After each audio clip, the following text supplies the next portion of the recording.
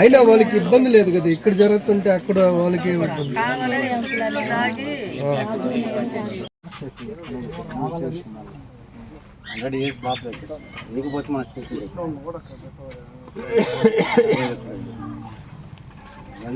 ముందు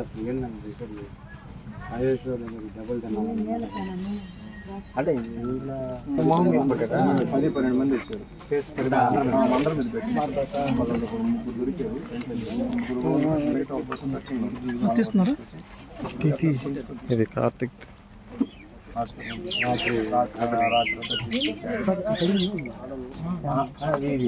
క్యాన్ పెట్టారు. ఆ అమ్మాయి ఖర్చుతో పొడిచింది కాదు 30 ఎంపది చిన్న బాక్స్.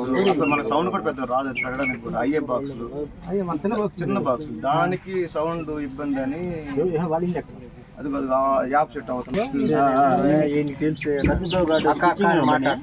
మళ్ళా అది పుచ్చుకునే కత్తి కావాలి. చిన్న కాదు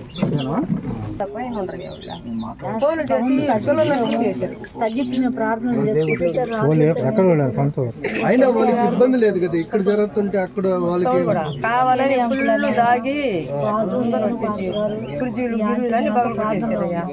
ప్రార్థనలో ఉంటే ప్రార్థన చేసుకుంటానే ఉన్నాము. వచ్చారు. రాత్రి జరిగినటువంటి ఇన్సిడెంట్స్ బట్టి చాలా విచారిస్తున్నాము. దొమ్మికి వచ్చినట్టుగా ఒక దేవుని మందిరం మీదకి వచ్చి అక్కడ కొంతమంది సహోదరులు అక్కడ వెయిట్ చేస్తూ ఉన్నప్పుడు వారిని దూషించడం, కర్రలతో కత్తులతో దాడి చేసి వారిని బాధించడం, ఇది చాలా విచారించదగినటువంటి విషయము. వాస్తవంగా ప్రజలను శాంతియుతంగా కాపాడాల్సినటువంటి బాధ్యత పోలీసు వ్యవస్థ మీద ఉంది. పోలీసులు ఇక్కడ దాడి జరిగినప్పుడు వారిని అరెస్ట్ చేశారు, స్టేషన్లో ఉంచారని మేము వింటున్నాము. చాలా సంతోషము. అయితే వాస్తవానికి క్రైస్తవులు సమాజానికి మేలు చేసేవాళ్ళు. తాగొద్దని చెప్పడం తప్పేం కాదు కదా. ఇప్పుడు తాగుబోతుల ఇళ్లలో పిల్లలు ఎంత సఫర్ అవుతున్నారు, వారి కుటుంబాలు ఎంత ఈదును పడుతున్నాయో. పని చేయకుండా ఇంట్లో ఆడవాళ్ళు వెళ్ళి పాసి పనులు చేసుకొచ్చి వారిని పోషిస్తున్న సంగతి మనందరికీ తెలుసు. వాళ్ళు స్త్రీలు కుటుంబాల్లో భర్తలు మారాలని వేధించడం లేదు కానీ ప్రార్థన చేస్తున్నారు. ప్రార్థన చేయడం అనేది నీకు నెమ్మది కలుగుతుంది, సమాజానికి నెమ్మది కలుగుతుంది. బైబుల్ చెప్తుంది ప్రతి మనిషి కొరకు ప్రార్థన చేయమని. నెమ్మదిగా సుఖంగా బ్రతకాలి అంటే మనుషులందరి కోసం ప్రార్థన చేయమని. కాబట్టి ప్రార్థన చేసే వారిని హింసించడం వల్ల మీకు వచ్చే లాభం ఏమీ లేదు. ఎందుకంటే వారి దేవుడు మామూలు దేవుడేం కాదు. నిన్ను ముడితే దేవుని కనుగుడ్డు ముట్టినట్టని వాక్యం చెప్తుంది. కాబట్టి శాంతియుతంగా ప్రార్థన చేసుకునే వాళ్ళని నిద్రపోయే సింహాలను లేపి తన్నించుకున్నట్టు ఉంటుంది. కాబట్టి మేము శాంతియుతంగానే చెప్తున్నాము. మరి ఇట్లాంటివి జరుగుతున్నాయి, దయచేసి ఆపండి. మాకు కూడా అన్ని విషయాలు తెలుసు, మేమేమి తెలియని వ్యక్తులు ఏం కాదు. మాకు అన్ని విషయాలు తెలుసు, ఏ గ్రంథంలో ఏమున్నాయి అన్నీ మాకు తెలుసు. బైబిల్ గ్రంథం కూడా మాకు తెలుసు. తెలియకుండా మేము మాట్లాడట్లేదు, మాకు తెలుసు. దాంట్లో ఏమీ లేదన్న ఉద్దేశంతోనే మేము వదిలేస్తున్నాం. కానీ ఇంకొకసారి ఇలాంటి సంఘటనలు జరిగితే మాత్రం రోడ్లన్నీ కూడా స్తంభించడం అనేది జరుగుతుంది. ఎందుకంటే మా సహోదరులను బాధించడం వారు దిక్కులేని వాళ్ళు అయితే కాదు. మేము ఈరోజు ఎంతమంది వచ్చామో మీరు చూడండి. ఇలాంటి దళాలు చాలా ఉన్నాయి, వస్తాయి. వచ్చినప్పుడు కంట్రోల్ చేయడం కష్టం అవుతుంది. Law and order problem create చేయడానికి రావట్లేదు. వాళ్ళకి మేము ఉన్నామన్న భరోసా ఇవ్వడానికి మాత్రం వచ్చాము.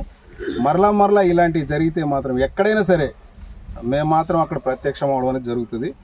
వాళ్ళు ఎవరైతే ఇలా దాడి చేశారో వాళ్ళ ఇళ్ళ దగ్గరికి వెళ్ళి మేము ప్రార్థన చేస్తాం. మేము వాళ్ళనేం అనం. మేము ఎవరి దగ్గరికైనా ఒక 10 మంది, ఒక వ్యక్తి దగ్గర 10 మంది వస్తున్నారంటే ఎలా ఫీల్ అవుతారు ఆలోచించి. ఇవన్నీ మాకు తెలుసు.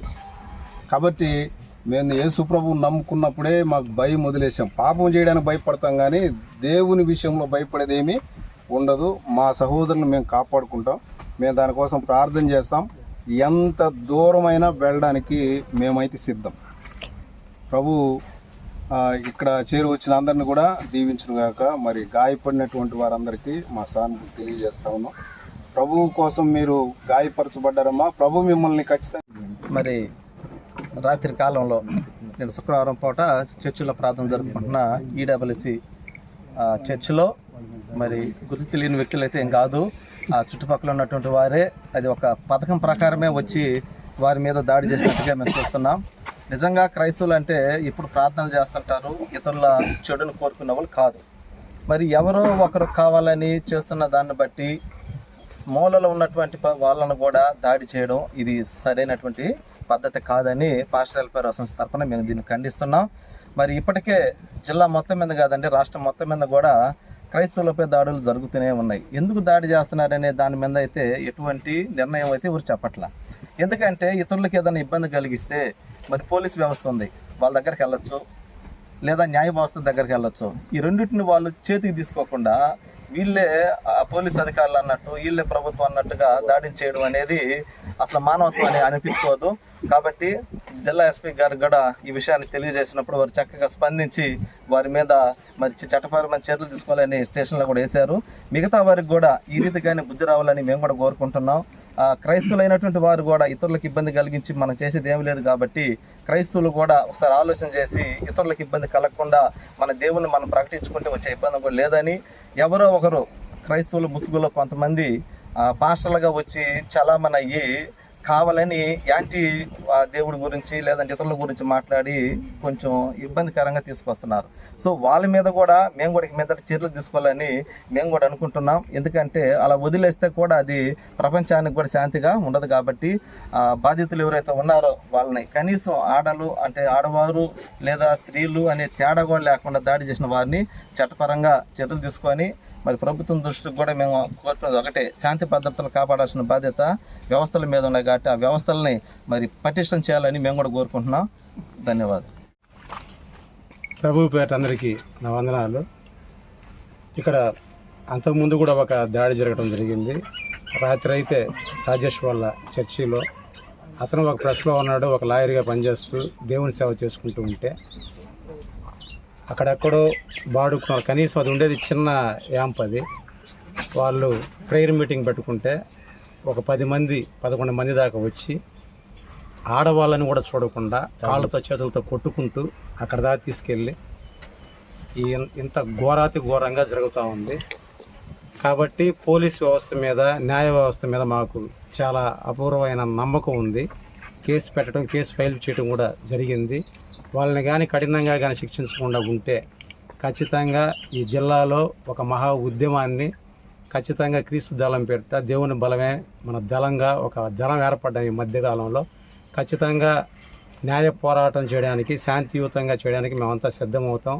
ఖచ్చితంగా వాళ్ళు దెబ్బలు తిన్న వాళ్ళు వాళ్ళ డిమాండ్ ఏదైతే ఉంటుందో వాళ్ళ దాని మీదే మేమందరం కూడా పోతాం.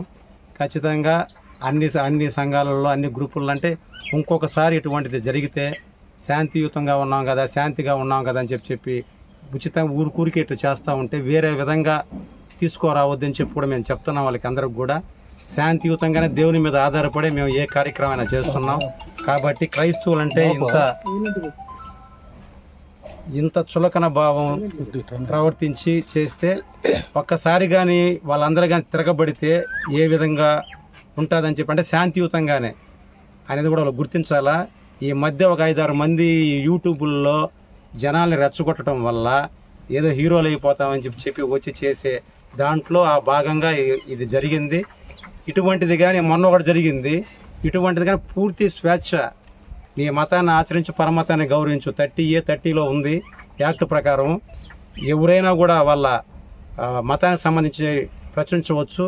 కాబట్టి నీకు ఇబ్బంది అయితే చెప్పండి. అది కూడా వాళ్ళు ఎవరో 3 మతాలలో ఎవరో ఒకటి చేస్తూ ఉంటాడు ఏదో ఒక విధంగా. దాన్ని బేస్ చేసుకొని అందరినీ ఇబ్బంది పెట్టడం అనేది ఎవరికి కూడా కరెక్ట్ కాదు. కాబట్టి ఇది ప్రతి ఒక్కరు కూడా మనమంతా ఈ మతాల ముసుగులో నుంచి పక్కకు వచ్చి మనుషులను గుర్తించి ఎవరి మతాన్ని వాళ్ళు ఆచరించుకొని పరమతాన్ని గౌరవిస్తే బాగుంటుందని చెప్పి తెలియజేస్తూ వీళ్ళని మరొకసారి చెప్తున్నాం, వీళ్ళని కఠినంగా శిక్షించాలని చెప్పి కోరుకుంటున్నాము. ఖచ్చితంగా వీళ్ళ డిమాండ్ ఏదైతే ఉందో దాని ప్రకారం మేమంతా కూడా నడుచుకుంటాం. వీళ్ళకి న్యాయం జరగకపోతే ఈదుల్లోకి రావడం కూడా జరుగుతుందని తెలియజేస్తూ ప్రభుపేట అందరికీ నా వందనాలు. Praise the lord.